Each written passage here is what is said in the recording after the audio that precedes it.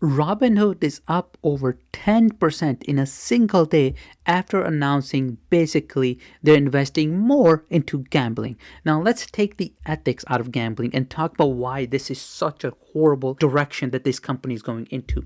Number one, gambling is a very, very scenario based, meaning the only time where you're going to gamble, if you're someone with a little bit of common sense, is when you have excess money. If you paid your rent, if you got your groceries, if you got a good job, if you're stable, that is the only time where you're going to spend that extra cash into gambling. And that is if you're not investing for the future. That's the only time you will do it. Number two, gambling has unsustainable user habits. For example, as a gambling company, for you to constantly grow, you have to literally do less and less payouts. So your users are constantly noticing that even though they won on one thing a month ago or a year ago, now their payout is a lot less today. So what do those users do? They look at alternatives that give out the same payouts that you once did. So that means there is no user consistency. The fundamentals of the gambling business as a whole is extremely unpredictable. 1 year, you can have a 100% increase in revenue and earnings.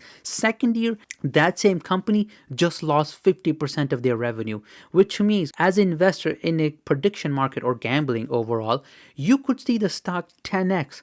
Next year, that stock could be worthless. You don't know what you're going into. So at the end of the day, yes, this is going to give a great pump to Robinhood short term while the market is hot, while people have money. If this was my fundamental thesis on why you should invest in this company, I would not touch this stock even for a minute. Like if I head over to CommonInvestor.net right now, there's not a single thesis I can put out there that can actually give me confidence that it will play out just the way I'm predicting it. Let's say I put in a thesis of 20% increase in revenue every year for the next 5 years. That means Robinhood would easily 2x.